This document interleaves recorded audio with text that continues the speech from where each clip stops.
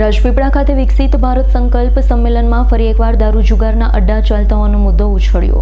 નર્મદામાં બેફામ ચાલતા દારૂ જુગારના અડ્ડાવાળાઓ માફિયાઓને હું ખુલ્લા પાડીશ તેવું સાંસદે કહ્યું છે।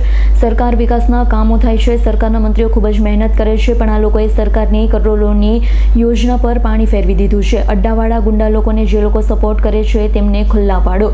ભારતીય જનતા પાર્ટી રાષ્ટ્રવાદની સિદ્ધાંતની વિચારધારાની પાર્ટી છે, એ પારદર્શક વહીવટમાં માને છે। ગુજરાતમાં ઘણી જગ્યાએ દારૂ સુધારનાર બંધ છતાં નર્મદા જિલ્લામાં કેમ ચાલે છે? એ બંધ થવા જોઈએ। દારૂ જુગારના અડ્ડા બંધ કરાવો તેવું અભિયાન ચલાવ્યું છે।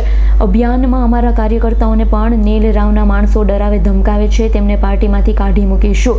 અમે પ્રજાના હિતનું સારું કામ કરીએ છીએ। સમાજમાં કેટલા દૂષણો છે તેની સામે અમે લડીએ છીએ।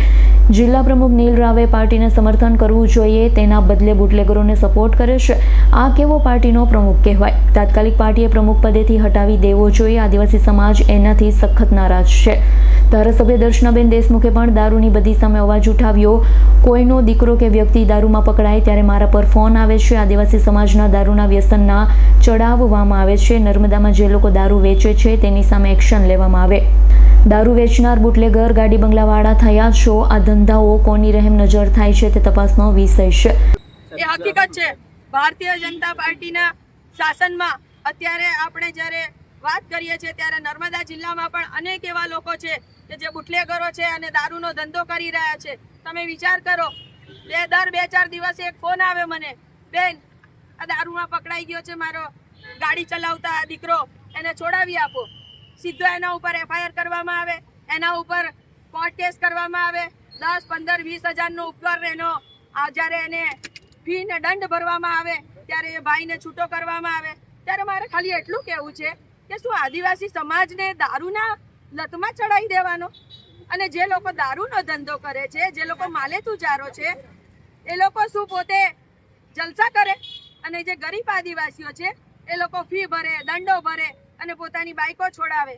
તો પહેલા એ લોકોની ઉપર એક્શન લેવામાં આવે કે જે લોકો દારૂ વેચે છે અને દારૂ વેચીને મોટા મોટા બંગલાવાળા અને મોટા મોટા ગાડીઓવાળા થયા છે અને કોના દમ ઉપર આ ધંધા કરી રહ્યા છે એ બી એક તપાસનો વિષય છે। નર્મદા જિલ્લામાં દારૂ જુગારના અડ્ડા જે ચાલે છે, નર્મદા જિલ્લા પર ગુજરાતમાં બધે બંધ છે।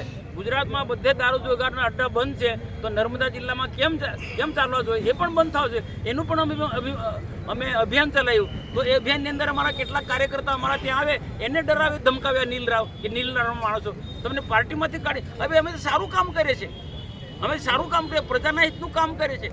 કેટલાક દૂષણો છે સમાજની અંદર, એની સામે અમે લડીએ છીએ। તો અમને એ નીલ રાવ પાર્ટીના પ્રમુખ તરીકે અમને સપોર્ટ આપવો જોઈએ, એના બદલે બુટલેગરોનું સમર્થન કરે છે। આ તો કેવો પાર્ટીનો પ્રમુખ કહેવાય? હું તો કહું તાત્કાલિક પ્રમુખમાંથી પાર્ટી એને હટાવી દેવું જોઈએ, નહીં તો એના આદિવાસી સમાજ એનાથી સખત નારાજ છે। દીપક જગતાપનો રિપોર્ટ, S9 ન્યૂઝ, રાજપીપળા। અમારી તમામ માહિતીથી અપડેટ રહેવા માટે જોડાયેલા રહો S9 ન્યૂઝ સાથે।